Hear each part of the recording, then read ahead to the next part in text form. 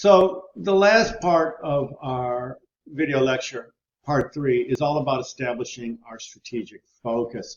Strategic focus is a model guiding the firm as it takes a look at its SWOT analysis, its strengths, its weaknesses, its opportunities in the marketplace, and its competitive advantage. Now, really, it takes 4 different directions: aggressive, diversification, turnaround, and defensive. Really, the best, though, is an aggressive, taking an aggressive stance. Expansion and growth into new markets, into new products, developing new products, new markets, acquiring for other things. Google has taken a very aggressive growth. Apple has taken a very aggressive growth with new products in new markets. They've gotten the Apple TV, Apple Watch, iPhone, iPad, MacBooks, AirPods, and they're also getting into other markets like the automobile market and the self-driving car market and that type of thing. They have the strength of really product innovation and high quality. If you think about their competitive and strategic advantage, it is high quality and innovation, and they've taken advantage of it and gotten aggressive. Disney is very aggressive also. They're continuing to come out with new movies, new television shows, new streaming services. They're partnering. They're growing with developing new TV networks, ESPN and some of the other ones. So they've always been a very aggressive growth company. The other one is diversification. If you find that your product, your main product, is not being used very much anymore, you can diversify. GE is a diversification case study. They will buy a new business and then they will diversify from that business, or they will keep that business depending on whether it's profitable or not. Philip Morris is another case study. Philip Morris saw cigarettes go down, so they went into smokeless tobacco, pipe tobacco. They went into premium cigars and cigarettes. Then they started developing wineries or acquiring wineries, aircraft, power plants, real estate, all kinds of things in their investment company. So Philip Morris, tobacco now is a very, very, very, very small part of Philip Morris. They are a huge conglomerate that diversified into other areas, and that diversification has made them strong. Turnaround is another one. There's the best example, and I was racking my brain when I was thinking about this, but the best example I can think about as turnaround is Chrysler in the 70s. Chrysler got bailed out by the U.S. government, much to the dismay of Ford and GM. And Chrysler got bailed out, and they did a major turnaround with Lee Iacocca. And it was probably one of the greatest turnarounds in history. And so they had a lot of short-term internal problems.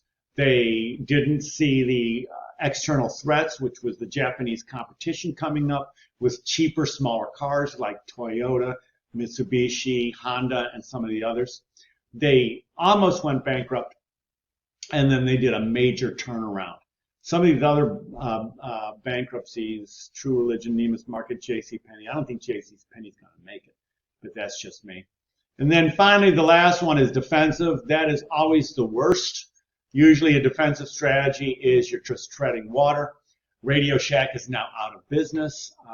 Sears is a great example of a defensive strategy. They didn't really have a good, strong competitive advantage, and they didn't take an aggressive stance.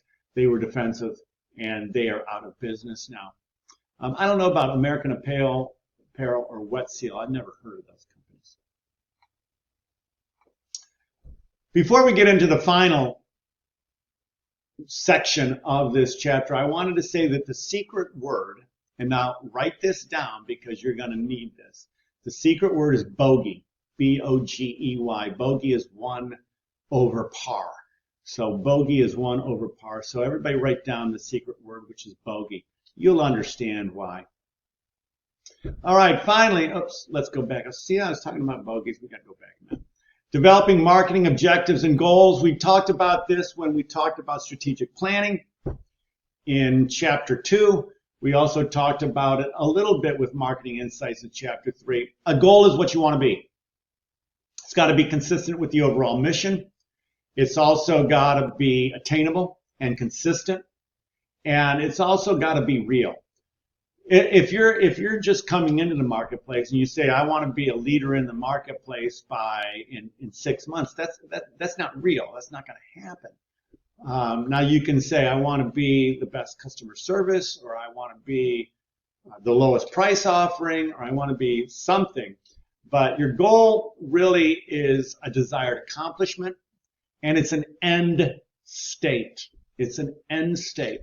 And then it's that end state that you want to continue to keep up with.